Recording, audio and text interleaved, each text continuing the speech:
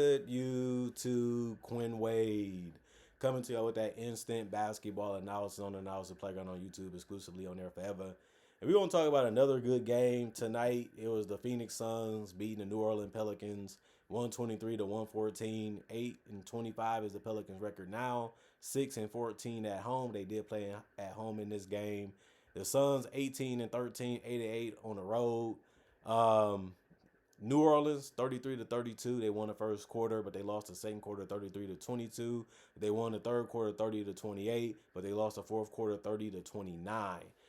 The Suns, they're tough, man. This team moved the ball and was ready to fire as soon as they got the ball, whether it's from a layup, whether it's from a three. This team really plays like a team. Is nothing you can do to guard this team. Like with the new rules and how the game is called and how the game is played, they fit the modern NBA, and that's why they've been having a lot of success this season, just to be honest. Royce O'Neal, 33 minutes, 15 points, 5 of 9 from the field, 5 of 8 from 3. He was a beneficiary of the ball movement. Just find a way to move without the ball and try to find a way to get open. And if you open, don't be afraid to take it. And he did that, and it worked out for him. 5 rebounds, 2 assists, 2 turnovers, 1 steal, 1 block, 4 personal fouls, a +9. And plus minus, Dylan Brooks was working for his buckets and also finding some within the offense. 33 minutes, 18 points, 7 to 18 from the field, 2 of 7 from 3, 2 of 3 from the free throw line, 4 rebounds, 1 assist, 1 turnover, 2 steals, 1 offensive rebound, 2 personal fouls, a +4 and plus minus. Also, Godaro, 29 minutes, 8 points. He was the only starter to not get in double figures in points. 4 of 4 from the field, though, all high percentage shots. Plus, he ended up getting 10 rebounds, 4 assists, 2 turnovers, 1 steal, 3 offensive rebounds, 4 personal fouls, and a +16 and plus minus. All you needed from him was some effort. He was able to do that the entire game, and that's why he was really good in the starting lineup. Devin Booker, he didn't need 30 in this one to win. 34 minutes, though. That was the most on the team. He did have also 18 shots tied with Dylan Brooks from the most on the team, but he did finish with 20. He went 6 of 18 from the field, 3 of 9 from 3, 5 of 8 from the free throw line. They made him, a little uncomfortable. They made it a little tough for him to get to his spots and rise up, and you want him to take those shots if you contest it well. And if he tries to drive, you just don't want him to get to the free throw line. He was still able to do it, but not as crazy as he's been able to do it through some past games. So it didn't matter, too, because he missed a couple. But these are the type of players you're playing against, and you just try to play within the rules and also try to play to your strengths as a defender. And Devin Booker's a tough cover for basically anybody in the league. 3 rebounds, 4 assists, 4 turnovers, 5 personal fouls. He almost fouled out. He also was a 0 and plus minus. Colin Gillespie has been good for them. 31 minutes, 17 points, 6 of 14 from the field, 5 of 7 from 3, 7 rebounds, 7 assists, 2 turnovers, 2 steals, 2 offensive rebounds, a 0 when it comes to personal fouls, and a +13 and plus minus. I mean, Gillespie just is a good fit for them because he just understands what he's out there to do, and he plays that role just as well as their other role players, and it works out because they all know where each other is at, and they make sure they can get it clean to them. But they did turn the ball over and get a little sloppy here and there because it was a little predictable too. On top of that, you had the bench come in and try to do their job and have a lot of success against the Pelicans like the starters did. And they had a good play style that was working, and they came in and was able to do it too.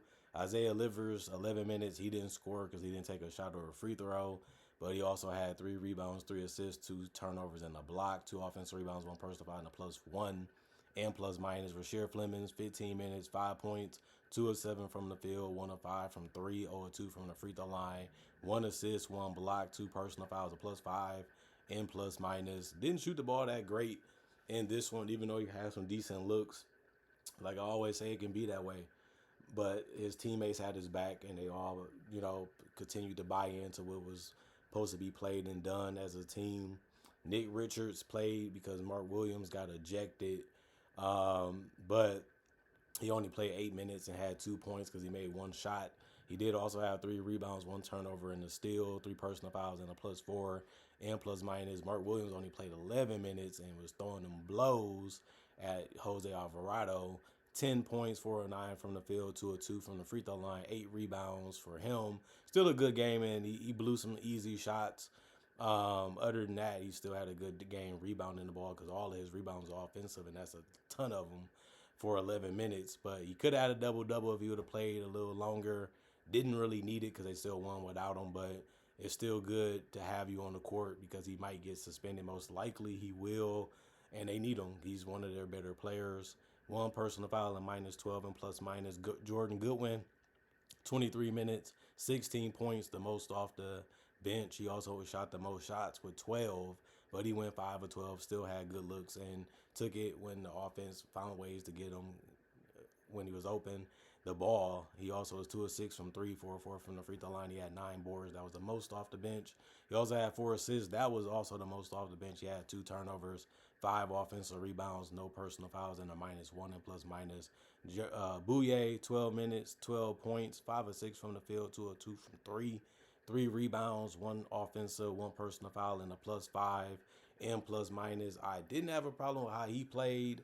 He found ways to get open. He took good looks throughout the entire game, and you're just happy that he made them at a good percentage. And then you look at the Pelicans. They was doing a lot of things right. Then they started not being able to guard and not communicating the way they needed to communicate to get stops. And it can be hard to do it anyway. You got to be fully committed, and you got to really be paying attention. And if you don't, teams will hurt you, and they will find a way to expose you. That's what the coaching staff is there for. And that's what the point guard is there for, and the leaders are there for. And I feel like Phoenix made the adjustments, and the Pelicans didn't make enough of them to be able to stay in the game and win it. Trey Murphy, 37 minutes, 24 points, 6 of 12 from the field, 6 of 9 from 3, 6 of 6 from the free throw line. We know he can shoot. We know he's going to take those looks. His only makes was threes besides the free throws, but he was their best scorer today with the 24 points. He also had 6 rebounds, 1 assist, 1 turnover, and a steal. 1 offensive rebound, 2 personal fouls, and a plus 1 and plus minus. Derek Queen played 27 minutes. He had 21 points. He went 2 of 4 from 3 and 5 of 6 from the free throw line. He went 7 of 15 from the field. A good scoring night from him, big numbers because he also had 11 rebounds.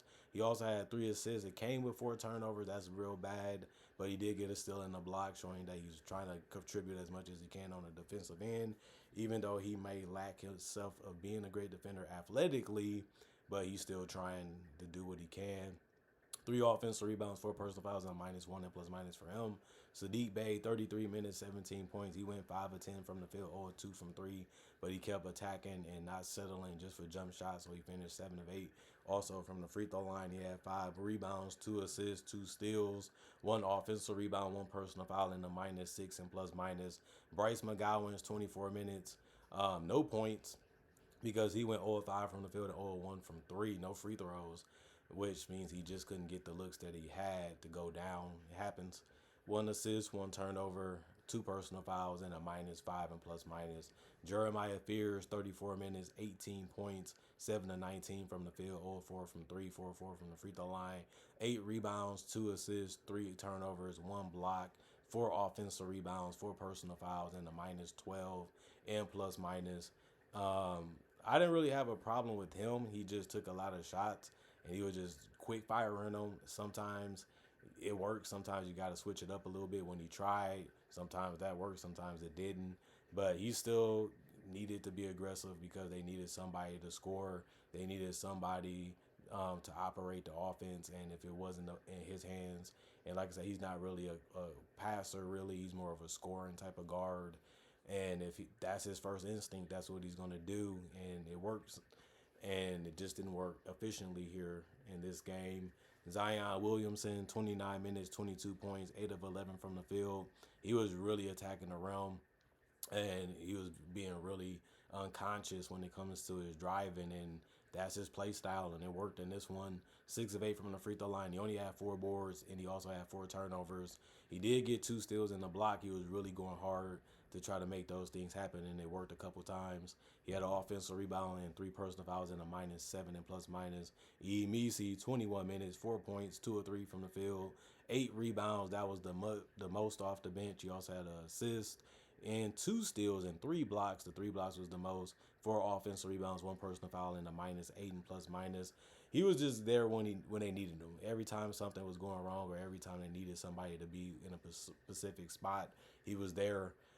That's what he's been doing since he's been a Pelican, and he continued that tonight.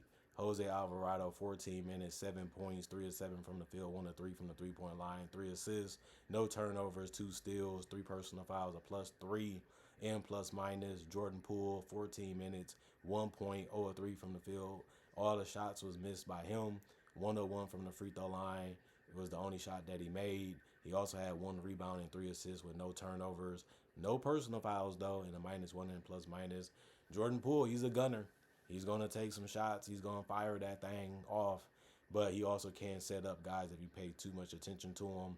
And then Micah Peavy, 8 minutes, 0 of 2 from the field, 0 of 1 from 3. 1 steal, 2 personal fouls, a -9 and plus minus. At the end of the day, we can compare these teams 38 to 87. 38 of 87 for the Pelicans, 44%. The Phoenix Suns took more shots, and it was 45 of 98 for them. They shot it at 46%. Shot it better than the Pelicans by a slight margin. 9 of 27, 33% from 3. 20 of 44, 45% from 3. They took way more threes than the Pelicans and made it at a better percentage. 29 of 33, 88% from the free throw line for the Pelicans. The Suns got there less, and they also shot a worse percentage. 13 of 19 for them, 68%. 43 rebounds, the Suns had 55. That helped them a lot. 16 assists, the Suns had 26. They was moving that ball and trying to find ways to get the best looks they could. Also, 13 turnovers for the Pelicans. The Suns had 16. They took care of the ball a little bit better. 11 steals, the Suns had a 7, and then 7 blocks. The Suns had 3, and then 14 offensive rebounds. The Suns had 22, 33 defensive. The Suns had 29, 22 personal fouls, and the Suns had 23. So this game just came down to who could stop who. And the Suns was able to get more stops, and they was able to make more shots more consistently than the Pelicans. They fell far behind, tried to get back in it, and started off well, just couldn't keep it going when it mattered, and they just kept breaking down defensively and couldn't really hold the Suns at all. And the Suns took full advantage of that and ended up winning this game and closing it out with the victory. And that's what they came to the game to do, and they got it done. Comment, like, subscribe, share the notification bell to get the analysis when it first come out. I also do conversation videos I also do conversation videos just like this, but in other topics too, when it comes to basketball and NBA.